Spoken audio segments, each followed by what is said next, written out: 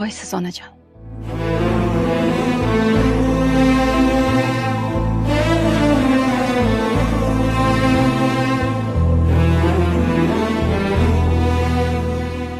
Har gapni yurakka olib, yig'layveradigan qalbingizga ayting.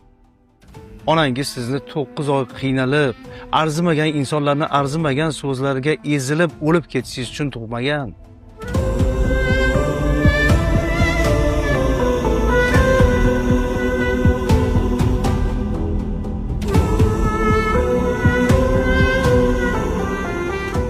Adashdimmi deyman? Men parvo qilmay. Bu dunyo shartlarin nazarga ilmay. Niqob taqib kelish kerak bo'lgan joyga asl yuzim bilan kelibman bilmay.